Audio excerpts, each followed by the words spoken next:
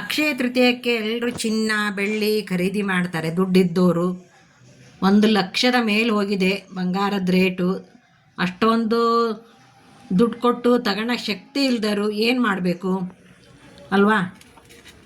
ನೋಡಿ, ನನಗೆ ಮಾಹಿತಿ ತಿಳಿದ ಪ್ರಕಾರ, ನಾನು ಯಾಕಂದರೆ ಅಲ್ಲಿ ಓಂ ಶಾಂತಿಗೆ ಹೋಗ್ತಾ ಇದ್ನಲ್ಲ, ಅಲ್ಲಿ ಅವರು ತಿಳಿಸಿಕೊಟ್ಟ ಮಾಹಿತಿ ಪ್ರಕಾರ ನೀವು ಅಕ್ಷಯ ತೃತೀಯದಿದ್ದ ನಮ್ಮನೆ ಸಮೃದ್ಧಿ ಆಗಬೇಕು, ನಾವು 1 ವರ್ಷದ ತನಕ ನಮಗೆ ಯಾವುದೇ ಒಂದು ಆರ್ಥಿಕ ಸಂಕಷ್ಟ ಬರಬಾರ್ದು, ಆರೋಗ್ಯವಾಗಿರ್ಬೇಕು, ನಾವು ಲಕ್ಷ್ಮೀನ ಒಲಿಸ್ಕೋಬೇಕು, ಲಕ್ಷ್ಮಿ ಮತ್ತು ಶ್ರೀಮನ್ನಾರಾಯಣನ ಒಲಿಸ್ಕೋಬೇಕಪ್ಪ ಅಂತಂದರೆ ಸ್ನೇಹಿತರೆ, ಬಹಳ ದುಡ್ಡು ಖರ್ಚು ಮಾಡೋದೇನು ಬೇಕಾಗಿಲ್ಲ. ನೀವು ಸ್ವಲ್ಪ ದುಡ್ಡಿನಲ್ಲೇ ಸ್ವಲ್ಪ ಕಡಿಮೆ ಖರ್ಚಿನಲ್ಲಿ ನಾವು ಏನನ್ನು ಖರೀದಿ ಮಾಡಬೇಕಪ್ಪ ಅಂತಂದರೆ ಕಲ್ಲುಪ್ಪು. ಲಕ್ಷ್ಮಿಗೆ ಪ್ರಿಯವಾಗಿದ್ದುದು ಕಲ್ಲುಪ್ಪು. ಎಷ್ಟೊಂದು ಕೆಲಸ ಮಾಡುತ್ತೆ ಅಲ್ವಾ ಇದು ಕಲ್ಲುಪ್ಪು. ನಾನು ಒಂದು ವಿಡಿಯೋದಲ್ಲಿ ನಾನು ತೋರಿಸಿದ್ದೀನಿ ಕಲ್ಲುಪ್ಪಿನಿಂದ ಏನೇನು ಪ್ರಯೋಜನ ಆಗುತ್ತೆ ಅಂದ್ಕೊಂಡು ಹೇಳಿ. ಸಾಲ ತೀರುತ್ತೆ, ನಮ್ಮಲ್ಲಿರುವ ನೆಗೆಟಿವಿಟಿ ಎಲ್ಲ ಹೋಗುತ್ತೆ. ಸ್ನಾನದ ನೀರಿಗೆ ನಾವು ಡೈಲಿ ಹಾಕ್ಕೊಂಡು ಸ್ನಾನ ಮಾಡುವಾಗ ಗುರುವಾರ ಹಾಕ್ಕೋಬಾರ್ದು, ನೆಗೆಟಿವಿಟಿ ಎಲ್ಲ ಹೋಗುತ್ತೆ, ನಮ್ಮ ಮನಸ್ಸು ಶುದ್ಧಿ ಆಗುತ್ತೆ. ನಾವು ನೆಲ ಒರೆಸುವಾಗ ಸ್ವಲ್ಪ ಕಲ್ಲುಪ್ಪನ್ನು ಬಳಸಿದೆ ಅಂತಂದರೆ ಮನೆಯಲ್ಲಿರ್ತಕ್ಕಂಥ ನೆಗೆಟಿವಿಟಿ ಎಲ್ಲ ಕಡಿಮೆ ಆಗುತ್ತೆ. ಹಾಗೆ ಉಪ್ಪನ್ನು ಒಂದು ಗ್ಲಾಸ್ನಲ್ಲಿ ಹಾಕಿಟ್ಟಾಗ ಮನೆಯಲ್ಲಿ ಯಾರಾದರೂ ನಮಗೇನಾದರೂ ಕೆಟ್ಟ ದೃಷ್ಟಿಯಿಂದ ಬಂದರು ಅಂತಂದರೆ ಆ ದೃಷ್ಟಿ ಸಹ ಹೋಗುತ್ತೆ. ನೋಡಿ, ಈ ಕಲ್ಲುಪ್ಪು ಲಕ್ಷ್ಮಿಗೆ ಪ್ರಿಯವಾಗಿದ್ದು ಅಂತಂದು ಹೇಳ್ತಾರೆ. ಅದಕ್ಕೋಸ್ಕರ ನೀವು ಈಗ ಎಲ್ರಿಗೂ ಚಿನ್ನ ಬೆಳ್ಳಿ ಖರೀದಿ ಮಾಡೋ ಶಕ್ತಿ ಇದ್ದರೆ ಚಿನ್ನ ತೊಗೊಳ್ಳಿ, ಬೆಳ್ಳಿ ತೊಗೊಳ್ಳಿ, ವಜ್ರ ತೊಗೊಳ್ಳಿ. ದುಡ್ಡಿದ್ದವರು ತಗೊತಾರೆ, ದುಡ್ಡಿಲ್ದವರು ಪಾಪ ಅದು ಮಾಡಬೇಕಾಗಿತ್ತು ಇದು ಮಾಡಬೇಕಾಗಿತ್ತು ಅಂತಂದೇಳಿ ಅನ್ಕೊತಾರೆ. ಅದಕ್ಕೆ ನಾವು ಎಲ್ಲರ ರೀತಿಯಲ್ಲಿ ಸಮೃದ್ಧಿಯಾಗಿ ಸಂತೋಷವಾಗಿ ಆರೋಗ್ಯವಾಗಿರಬೇಕಪ್ಪ ಅಂತಂದರೆ ಕಲ್ಲುಪ್ಪನ್ನು ಖರೀದಿ ಮಾಡಿ. ಅಕ್ಷಯ ತೃತೀಯ ದಿವಸ ಒಂದು ಪಾಕೆಟ್ ಆದರೂ ಪರವಾಗಿಲ್ಲ, ನಿಮ್ಮನೆಗೆ ಇದ್ದರೂ ಪರವಾಗಿಲ್ಲ, ಕಲ್ಲುಪ್ಪನ್ನು ಖರೀದಿ ಮಾಡಿ. ನೆಕ್ಸ್ಟ್ ಏನಪ್ಪ ಅಂತಂದರೆ ಅಕ್ಕಿ. ನೋಡಿ, ಇದು ವಿಷ್ಣು ಏನಪ್ಪ ಪ್ರಿಯ ಅಂತಂದರೆ ಅನ್ನದಾನಕ್ಕೆ ಪ್ರಿಯ. ಅವನು ಅನ್ನದಾನ ಯಾರು ಮಾಡ್ತಾರೆ ಅವರಿಗೆ ವಿಷ್ಣುವಿನಿಂದ ದೊಡ್ಡ ಆಶೀರ್ವಾದ ಸಿಗುತ್ತೆ. ಅದಕ್ಕೋಸ್ಕರ ಏನು ಮಾಡಬೇಕಪ್ಪ ನಾವು ಅಂತಂದರೆ ಅಕ್ಷಯ ತೃತೀಯ ದಿವಸ ನಮ್ಮನೆಗೆ ಅಕ್ಕಿ ಇರಲಿ, ಚೀಲ್ಗಂಟ್ಲೆ ಹಾಕ್ಸಿರ್ತಾರೆ, ಕೆಲವರು KG ಗಂಟ್ಲೆ ತಂದಿಟ್ಕೊಂಡಿರ್ತಾರೆ, ಇರಲಿ ಅಕ್ಕಿ ಇರಲಿ.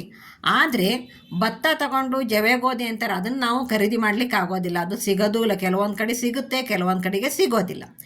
ಅದಕ್ಕೇನು ಮಾಡಬೇಕಪ್ಪ ಅಂತಂತಂದರೆ ಒಂದು ಅಟ್ಲೀಸ್ಟ್ ನೀವು 1/4 kgನೋ ಒಂದು ಅರ್ಧ kgನೋ ನೀವೇನು ಮಾಡಬೇಕಪ್ಪ ಅಂತಂದರೆ ಅಕ್ಷಯ ತೃತೀಯ ದಿವಸ ಇದನ್ನು ಅಕ್ಕಿನ ತೊಗೊಂಬಂದುಬಿಡಿ.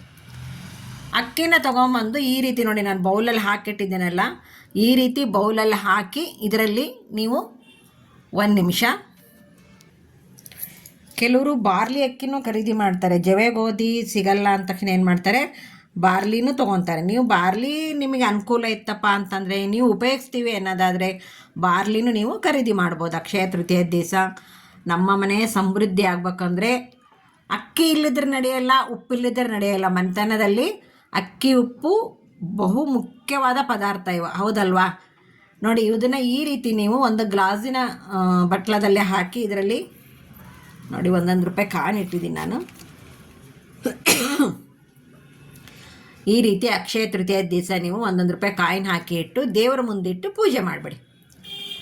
ದೇವ್ರ ಮುಂದಿಟ್ಟು ಪೂಜೆ ಮಾಡಿದ ತಕ್ಷಣ ಏನು ಮಾಡಬೇಕಪ್ಪ ನಾವು ಅಂತಂದರೆ ಇಡೀ ಒಂದು ದಿವಸ ಅಕ್ಷಯ ತೃತೀಯ ದಿವಸ ದೇವ್ರ ಮುಂದೆನೇ ಇರಲಿ. ಅದು ದೇವ್ರ ಮುಂದೆನೇ ಇಟ್ಟಾದಮೇಲೆ ಅದರಲ್ಲಿ ಲಕ್ಷ್ಮೀ ಫೋಟೋ ಇತ್ತಂದರೆ ಲಕ್ಷ್ಮೀ ಫೋಟೋದ ಮುಂದೆ ಇಡಿ, ಇಲ್ಲಾಂದರೆ ಮೂರ್ತಿ ಇದ್ದರೆ ಮೂರ್ತಿ ಮುಂದಾದರೂ ಇಡಿ. ಲಕ್ಷ್ಮಿ ಇತ್ತು ಅಂತಂದರೆ ಅದ್ರ ಮುಂದಿಟ್ಟು ಈ ರೀತಿ ₹1 ಕಾಯಿನ್ ಇಟ್ಟು ಪೂಜೆ ಹೆಂಗೋ ಡೈಲಿ ಏನು ಮಾಡ್ತೀರಾ ಡೈಲಿ ಪೂಜೆ ಮಾಡಿ ಕೈ ಬಿಟ್ಬಿಡಿ. ಅಕ್ಷಯ ತೃತೀಯ ಆಗಿ ಮರುದಿವಸ ಏನು ಮಾಡಬೇಕಪ್ಪ ಅಂತಂದರೆ ನೀವು ಈ ₹1 ಕಾಯಿನ್ ಏನು ಇಟ್ಟಿರ್ತೀರಲ್ಲ ಅದನ್ನು ನೀವು ದುಡ್ಡೇನು ಶೇಖರಣೆ ಮಾಡ್ತಿರಲ್ಲ, ಕೆಲವರು ಪಿಗ್ಗಿ ಬ್ಯಾಂಕ್ ಅಂತ ಮಾಡ್ಕೊಂಡಿರ್ತಾರೆ, ಕೆಲವು ಪರ್ಸಲ್ಲಿ ಇಟ್ಕೊಂಡಿರ್ತಾರೆ, ಕೆಲವರು ಬಾಕ್ಸಲ್ಲಿ ಇಟ್ಕೊಂಡಿರ್ತಾರೆ. ಅಂಥವ್ರು ಏನು ಮಾಡಬೇಕಪ್ಪ ಅಂದರೆ ಈ ₹1 ಅದರಲ್ಲಿ ಹಾಕಿ ಶೇಖರಣೆ ಮಾಡಿಡಿ. ಖರ್ಚೇನು ಮಾಡೋಕ್ಕೆ ಹೋಗಬೇಡಿ, ಇದನ್ನು ಅದರಲ್ಲಿ ಹಾಕಿ ಶೇಖರಣೆ ಮಾಡಿ ಇಡಿ. ಬೇರೆ ದುಡ್ಡು ಬೇಕಾದ್ರೆ ಅದರಲ್ಲಿ ಇಟ್ಟಿದ್ದು ಏನಿರ್ತೈತಲ್ಲ ಅದನ್ನು ಖರ್ಚು ಮಾಡಿ. ನೀವು ಇದು ₹1 ಕಾಯಿನ ಒಂದು ಪೇಪರೆಲ್ಲೋ ಇಲ್ಲಾಂದ್ರೆ ಒಂದು ಹಳದಿ ಬಟ್ಟೆ ತಪ್ಪಿರಿ ಕೆಂಪು ಬಟ್ಟೆ ಎಲ್ಲೋ ಹಾಕಿ ಕಟ್ಟಿಟ್ಬಿಡಿ. ನೋಡಿ ಸ್ನೇಹಿತರೆ, ಇದೊಂದು ಸುಲಭ ಮಾರ್ಗ. ಅಕ್ಷಯ ತೃತೀಯ ದಿವಸ ನಮ್ಮ ಮನೆ ಸಮೃದ್ಧಿ ಆಗಬೇಕಂದ್ರೆ ಇವೆರಡು ಪದಾರ್ಥ ಬೇಕೇ ಬೇಕಲ್ವಾ? ಅದಕ್ಕೆ ಇದನ್ನು ಅಕ್ಷಯ ತೃತೀಯ ಆದ ಮರು ದಿವಸ ನೀವು ₹1 ಕಾಯಿನ ನೀವೆಲ್ಲಿ ಶೇಖರಣೆ ದುಡ್ಡು ಮಾಡಿರ್ತಾರೋ ಇಲ್ಲ ನಿಮ್ಮ ಒಡವೆ ಬಾಕ್ಸಲ್ಲಾದರೂ ಇಟ್ಬಿಡಿ. ಇಟ್ಟು ಇದನ್ನು ಉಪ್ಪು ಮತ್ತು ಅಕ್ಕಿಯನ್ನು ನೀವು ದಿನನಿತ್ಯ ಆಹಾರ ಪದಾರ್ಥಕ್ಕೆ ಉಪಯೋಗಿಸ್ಕೊತೀರಲ್ಲ, ಉಪಯೋಗಿಸ್ಕೊಳ್ಳಿ. ನೋಡಿ ಸ್ನೇಹಿತರೆ, ಇದೊಂದು ಬಹುಮುಖ್ಯವಾದ ಸಂಗತಿ. ಕೆಲವರು ಲಕ್ಷ್ಮಿಗೆ ಪ್ರಿಯವಾಗಿದ್ದು ಕವಡೆ, ಗೋಮತಿ ಚಕ್ರ, ಕಮಲದ ಬೀಜ, ಆಮೇಲೆ ಗುಲ್ಗಂಜಿ, ಆಮೇಲೆ ಇನ್ನೊಂದೇನೋ ಬೇರು ಬರುತ್ತೆ, ಲವಂಚ ಬೇರು ನನ್ನ ಹತ್ರನೂ ಇದೆ. ಬಟ್ ತರಲಿಕ್ಕಾಗದೇ ಇರೋರು ಎಲ್ಲದೂ ಒಂದೇ ಹತ್ರ ಗ್ರಂಥಿ ಅಂಗಡಿ ಸಿಗುತ್ತೆ. ಇದಾತಪ್ಪ ಅಂತಂತಂದರೆ ಕಡಿಮೆ ಖರ್ಚಿನಲ್ಲಿ ನಾವು ಅಕ್ಷಯ ತೃತೀಯನ್ನು ಸಂಭ್ರಮದಿಂದ ಆಚರಿಸ್ಬೋದಲ್ವಾ ಸ್ನೇಹಿತರೆ. ಈ ಮಾಹಿತಿ ನಿಮಗೆ ಇಷ್ಟವಾಗಿದೆ ಅಂದ್ಕೊಳ್ತೀನಿ. ಇಷ್ಟವಾದ ತಕ್ಷಣ ಒಂದು ಲೈಕ್ ಮಾಡಿ, ಶೇರ್ ಮಾಡಿ, ಮೊದಲನೇ ಬಾರಿಗೆ ನೋಡ್ತಾ ಇರೋರು ಸಬ್ಸ್ಕ್ರೈಬ್ ಆಗಿ ಅಂತ ತಿಳಿಸುತ್ತಾ ಈ ವಿಡಿಯೋ ಇಲ್ಲಿ ಮುಗಿಸ್ತಾ ಇದ್ದೀನಿ. ಎಲ್ಲರಿಗೂ ನಮಸ್ಕಾರಗಳು.